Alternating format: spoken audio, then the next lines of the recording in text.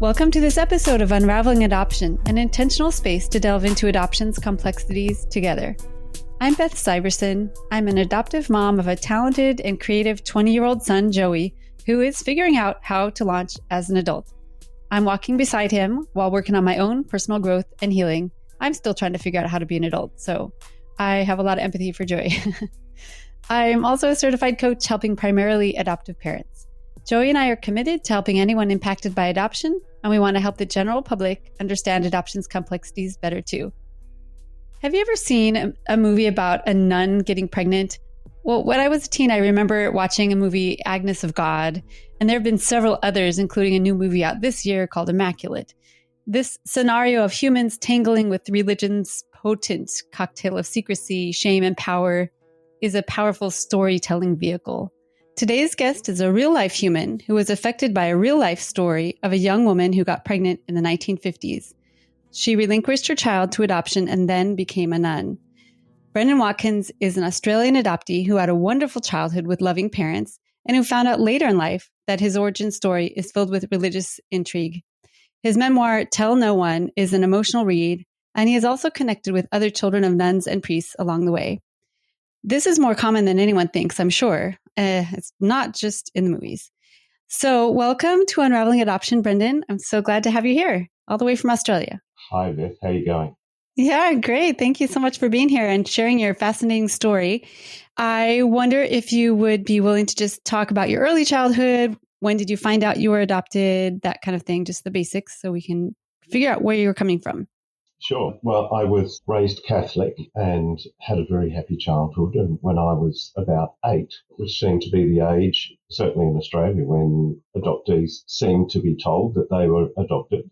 And I have an older brother, he's 15 months older, Damien, and he, when we were told we were adopted, it had very little impact on Damien, my older brother, who I guess as any older siblings, you sort of look to them for direction as to how to respond to things. Yeah.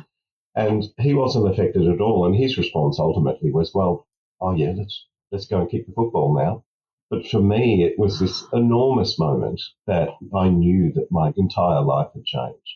And I was absolutely intrigued. I was full of questions. Oh. And it's continued that way. So for, the next 60 years, he shrugged his shoulders and has just been perplexed really as to why I've spent so long hunting down this information. Why do you even care? Oh my goodness. But nonetheless, we're incredibly close. Oh, nice. And very different types of personalities. He lives very close to me. We've lived together our entire lives. Wow. Had a great upbringing, but at 8 years of age, everything changed with that news. Yeah. That's tough because at 8, you're like a person by 8. You've developed an identity. You're like going, and then whoosh, everything kind of explodes. Wow, that must have been really tough. And how did you find out who your birth mother was? Well, in Australia, the access to adoption records were closed up until the middle of the 1980s. Okay. So I was in my 20s. I was born in 61, and we were just about to start a family, Kate, my partner, and myself. And I got access to my birth records, and the adoption was handled through the Catholic Church. And I was sat down by a social worker when I saw the birth certificate. And the Catholic social worker said, I've spoken to your mother and she will never speak to you. You'll never meet her. You'll never talk to your mother. You need to go home and forget about her forever. And that was the amount of compassion the Catholic Church showed. And honestly, there's been very little improvement since then. Wow. But I couldn't go home and forget about it. Sure. Though I tried, for several weeks and months rolled on, and I did have the birth certificate, and it didn't have any details about my father, but it had my mother's name, where she was born, and her age. And she had an unusual name. It was a Germanic name. And she was 27 when I was born, which seemed to be a lot older than the stereotypical teenager that got pregnant at the wrong time. So we started hunting around on electoral rolls and phone books and whatnot and found a relative. Okay. And it was my mother's sister-in-law. And Kate, my partner, on my behalf, rang this sister-in-law and she said, look, we're looking for Maggie Becker. Okay. I'm a long-lost friend, lost contact. Uh-huh. Could you tell me where she is? And the woman said at the other end of the line, oh, you mean Maggie the nun? Okay, so that's when you found out. And Kate rang me at work and said, are you sitting down? Your mother's a nun. Oh. And it all seemed to make sense. It all seemed to add up that the reason she didn't want to have contact was because she was in a convent. You know, she was a nun. Of course she wouldn't want to have contact and recognise her son. Sure. Oh, gosh. But you later found out that she wasn't a nun when she had you, but then became a nun. Was that kind of as a punishment? Well, yeah, look, essentially her view was she became pregnant. She had been in a convent. She'd studied. She'd left that convent and was working in the lay world and became pregnant, had me, put me up for adoption, and then within 12 months joined another convent and served 25 years. Wow. As it turned out, when I actually made contact with her, she'd done her 25 years service and she'd left the convent and she was actually living with my birth father. Oh my gosh. They were actually under the same roof for about 3 years. So when she said, no, there'll never be contact, we'll never meet, she was actually with my father. And she was not a nun anymore at that moment in time. No. And we haven't talked about who your father is. Would you like to reveal how you found out who your father was? Oof. Well, yeah, look, essentially there was 30 years of subterfuge with my mother around the identity of my father. She wanted nothing to do with me, even though she reluctantly agreed to a phone call and eventually a meeting. And she told me a whole lot of different conflicting stories about who my father was. Kind of sent you on a wild goose chase. Yeah, and I ended up hiring a private detective at one stage when she told me a name and did a whole lot of things trying to find my father and couldn't. And eventually, when DNA became an option, I went and did a test in 2015. And because it was such a painful episode, and I should stress I have had and have a fabulous life, but because it was such a difficult issue, it was this thorn in my side, I did the DNA in 2015, hoping that my father would magically pop out of an email in 6 weeks' time. And it ended up taking 3 years to get to finding him. Okay. And Kate took responsibility for that hunt. Yeah, she was quite a sleuth. She was fantastic, yeah. And she narrowed my father down to 4 men. And the 4th man was almost immediately discounted because he was 30 years older than my birth mother. Wow. And he was a Catholic priest. So, of course, it couldn't be him. And a part of the secrecy around my history is because of my mother's awareness of everybody she knew. They knew her as a nun. She wouldn't allow us to reveal myself as being her son. Okay. So it was very difficult contacting paternal family saying, we can't tell you who my mother is, but we're here to tell you that one of your family members is actually my birth father. Oh, gosh, so many hoops. So it made it very difficult. I went back to my mother and said, look, the only way to have your identity remain secret is for you to tell us who the man is. Okay, yeah, she could just tell you out of those 4 people. And she said, it's Father Vincent Shield. It's the priest. Shoot. So she was living with Father Vincent Shield. She'd resigned as a nun, but he had retired as a priest. Priests retire at 75 years of age. And she moved in, and as very, very often the mothers of children of priests are known as the housekeeper. They're the housekeeper or the maid or the secretary of the presbytery. Really? Wow. You know, they have these roles, and I don't know how many children of priests I've met that their birth mother is or was the housekeeper to the priest. Housekeeper. Whoa. It doesn't sound like from the book that your mother and father had like a hot romance like in a movie. It was just more kind of controlling. And yeah, look, everybody wants it to be the Thornbirds. Everybody wants a grand love story. Yes. The truth is the opposite. The truth is, the more I discovered about other children of priests, the more I realised that my scenario was the stereotype. A significant age difference. My father had been a house builder before becoming a priest. He was wealthy. He owned a few houses. He had education. He had a large supportive family. He had Mm-hmm. everything going for him, the authority, money, education, support, everything to fall back on. My mother had none of those things. Yeah. And to make matters worse, she was around 15 years of age at school. Oh, wow. And she was a believer, she was devout, and he was the priest. And particularly in those days, in the 50s and 60s, Mm-hmm. Catholic priest is the hands and feet of God on earth. You cannot say no to that. Yeah, that's an immense amount of power. Yeah. Yeah, it was a very, very unequal relationship, and that's the norm. Gosh. So there are tens of thousands of children of priests. Nobody knows how many there Wow. are. An Irish estimate is, a minimum of 20,000. There's a German academic, Doris Reisinger, who talks about hundreds of thousands of children of priests. Wow. And it's only now that DNA is becoming so freely available Yeah. that people are doing their tests and Yeah, no more hiding. and see. A number of people have come to me since the book has come out and said, I was sure the DNA was wrong because it pointed to the local parish priest. It's only now that there's this enormous wave of people discovering they're the child of a priest Wow.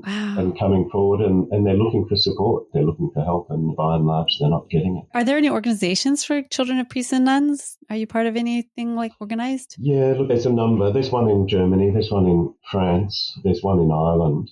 The one in Ireland is connected to the church, which I'm not terribly supportive of. What tends to be happening is people are looking for secular support by and large.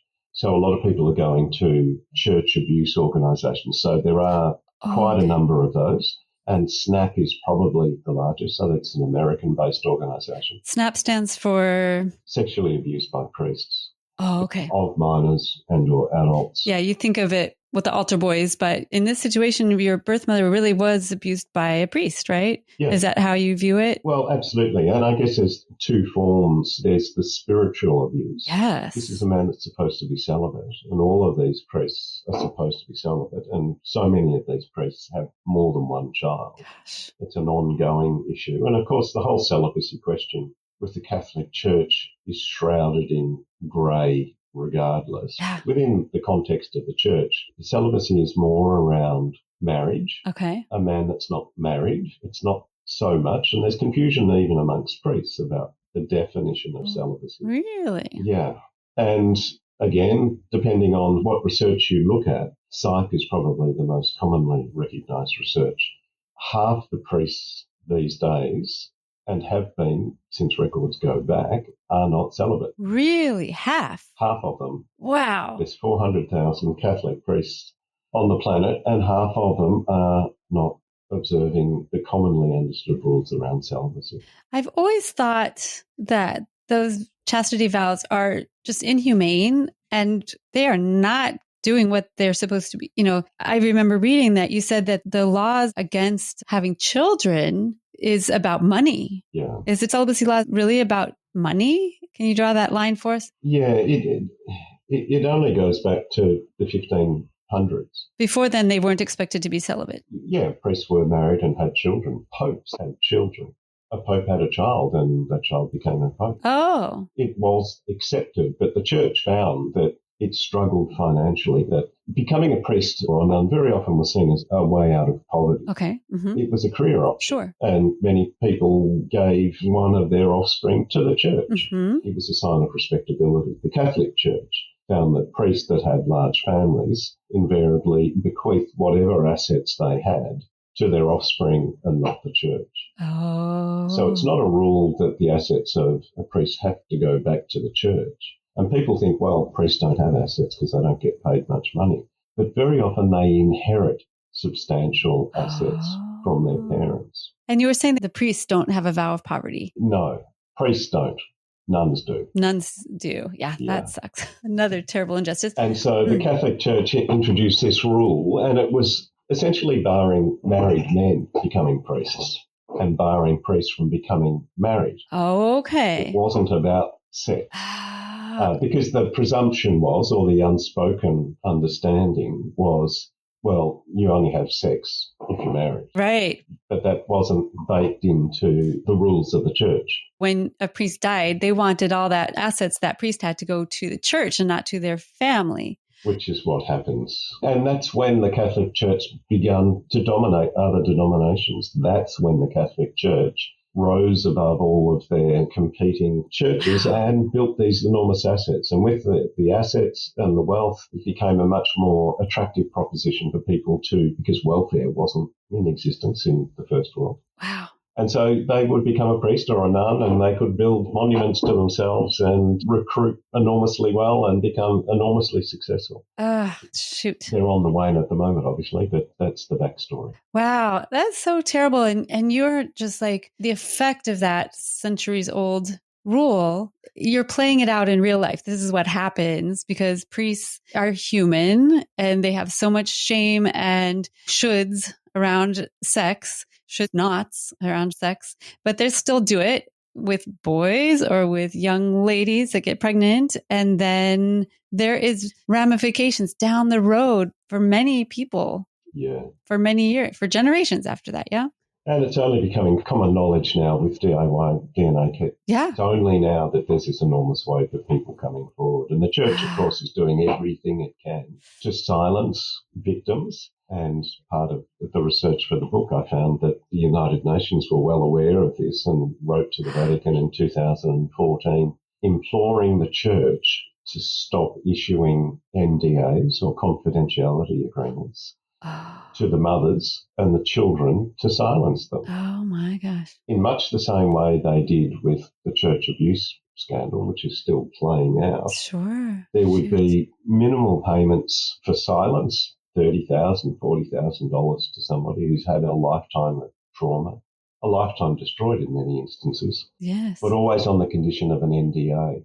The United Nations wrote to the Holy See and said, you must stop doing this, and we want an acknowledgement by the middle of 2017, and the Vatican still hasn't replied. Oh, man. God, that says a lot, doesn't it? What did you run into? Can you give an example of how the Catholic Church tried to block you from getting your information or from getting any sort of services? Well, look, they've always been cold and dismissive and difficult to deal with. Most of my birth documents have gone missing. Oh, oops, we lost them. So most of my birth documents were destroyed. Was there a fire? Let me guess. Yeah. There's a lot of fires and orphanages and things around here. Fires and floods, yeah. Acts of God. Oh, goodness. Thanks. I actually only just very recently got my baptism certificate because I've met a number of children of priests who were, and this is how insidious it is, they were baptized by their birth father. Oh. All secrecy, all lies, all under a blanket of the authority of this priest. Wow. And as it turns out, I wasn't baptized by my birth father. But one of the most insidious aspects of this is people are now finding out about the identity of their birth father. And if there's an NDA in place, and I know a number of children of priests, not so much the children, but more so the mothers that have signed NDAs, they find out later in life that they're the offspring of a priest. They've discovered that their entire paternal story from their mother has been a lie. Oh. So there's this great damaging of the relationship with the mother, if it is the mother has raised them. Oh. The children aren't always adopted. Sometimes they're fostered or they're ward of the state or they live in care. But a part of the NDA is the mother can't even confirm once the child has done the DNA, cannot confirm that the priest is the father because that is breaching the NDA. Shoot, that's terrible. It's such an horrific undertaking by the church. They should all, clearly the NDAs should all be annulled. Absolutely. In some parts of the world, certainly in Australia, because of the church abuse of minors scandal that's been playing out in recent years, the church has introduced laws to annul those confidentiality agreements. Oh, okay. But that's not the case in most countries. Okay. You know, these NDAs, they're the tools of Harvey Weinstein. Yeah. You know, they're the tools of guilty people. Totally. Does not look good on them. That's why you're not seeing many people like me, children of priests and our mothers, coming forward because they've been silenced. Wow. Gosh. That's just so insidious and disgusting. It just makes me so mad. Yeah. What if, okay, say someone that's listening, maybe they are Catholic, I'm sure there are people that are Catholics that are listening to this, or just a regular community member. What can we do to help children of priests and nuns, and how can we help open things up for you? What can we do to help you create some more justice around your lives? I think initially awareness is the core goal. Mm-hmm. So for more people to come forward, and I realise it's incredibly difficult for people to do it, but for me, I was sort of at the perfect time in my life to leave work, research, write a book, do this promotion. Yeah. A lot of people have been extremely damaged by this. Yes. I left the church when I was a teenager. So I wasn't a believer. Many people are believers, so it's very difficult for them. Mm-hmm. The majority that I know, children of priests, well, one stat is significant and salient that makes people aware of the damage that's been done by the church. There was a woman in London, Sarah Thomas, who did a PhD on the children of priests, not completed, but as a part of her research, she interviewed 100 children of priests. Okay. And she found that 56% had attempted suicide or had suicidal ideation. Whoa, 56%. So that's up there with the most damaged cohort of victims. Wow. So the majority of people I've met are still undergoing intense psychological counselling and support and seeing psychologists. I'm sure. Other than the church providing half a dozen sessions, all of that's been paid for out of the pockets of the children of priests, the victims, and it still is to this day. Wow. So there's a need for psychological support. There's a need for awareness. The book steps through a number of recommendations that I make to the church and to the children. Okay. My thought is what people should be doing, firstly, is to look after their mental health and to get as much support as they possibly can.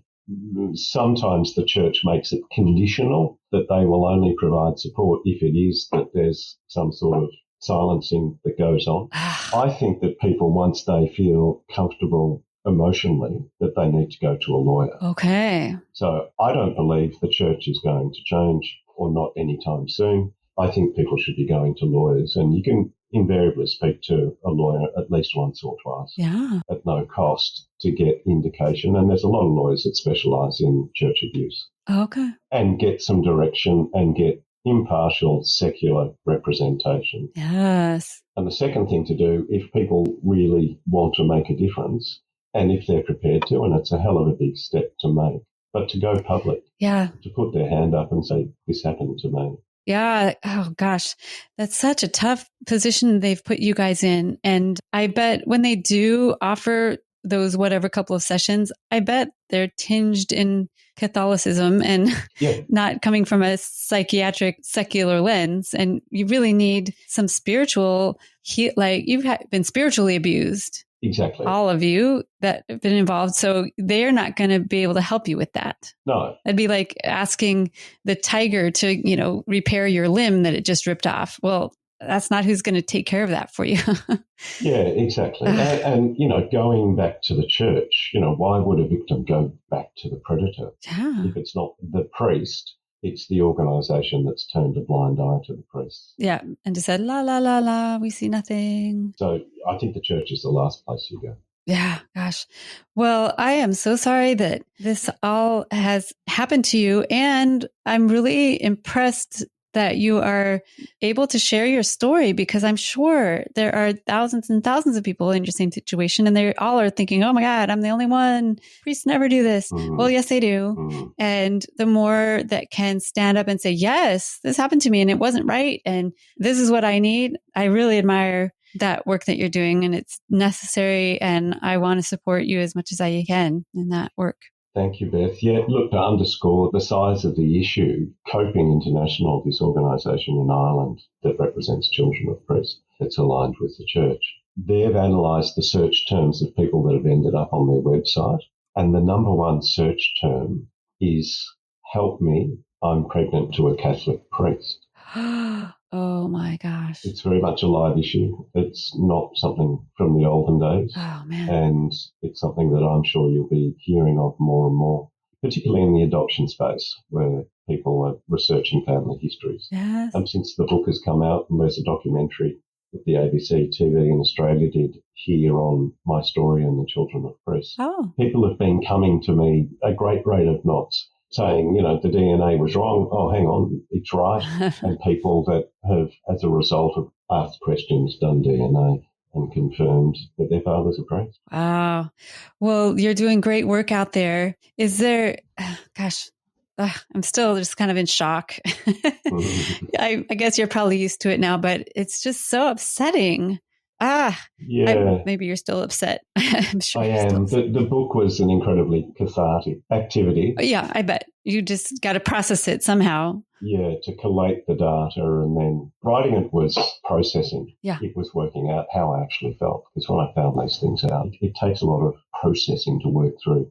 How should I feel about this bizarre heritage? Yes. So sure. I kind of feel as though the mothers are the primary victim. Yeah. The children are, I see them as the secondary victim, and the mothers are the most damaged because they are the ones who, as my mother, I have enormous sympathy for my mother, even though we've had this pretty horrific 30 years of no relationship. She's the prime victim, and the mothers are the most damaged, and the mothers that have been silenced by the church have nowhere to go. And it's the children now that are, through the DNA, are finding these things out. Okay.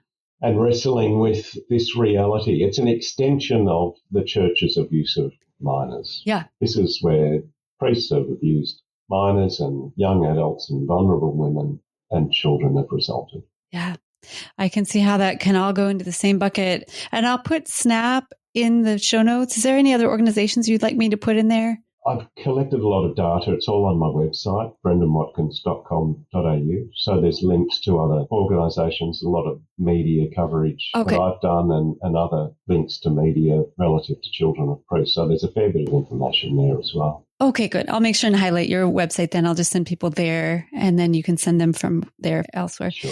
Well, everybody go get Brendan's book, Tell No One. It's available on your website and on Amazon and wherever you buy books, right? Yep. It's a really great read. I encourage anyone to read. It's a memoir and kind of an expose, kind of combined, right? Exactly, yeah. You tell what's all going on. Well, thank you so much. I wish you all the best in continuing to dig into this issue, and more power to you. I really want to throw my support behind you as much as I can. So thank you very much for being on. Appreciate it. Thanks, Beth. Cheers. And after you've checked out Brendan's website, go ahead and find Unraveling Adoption at unravelingadoption.com. On there, you'll find all sorts of events. We actually have an event coming up this Sunday, if you're listening right when the episode came out. It's our first conversation about adoption and suicidality. It's a facilitated discussion circle with me, Melissa Brunetti, and Shelley Weber. And it's a space where we can all talk about adoption and suicidality. This group came out of our new book called Adoption and Suicidality. And we wanted to create a space where people could come and continue the conversation. So join us then. And if you're listening later, go find other events that we might be having at unravelingadoption.com/events. Thanks so much for engaging with our material here. We love you, and we are going to keep doing this tough work of helping people understand the complexities of adoption. Thank you, everyone, for listening. Brendan and I want you all to stay safe.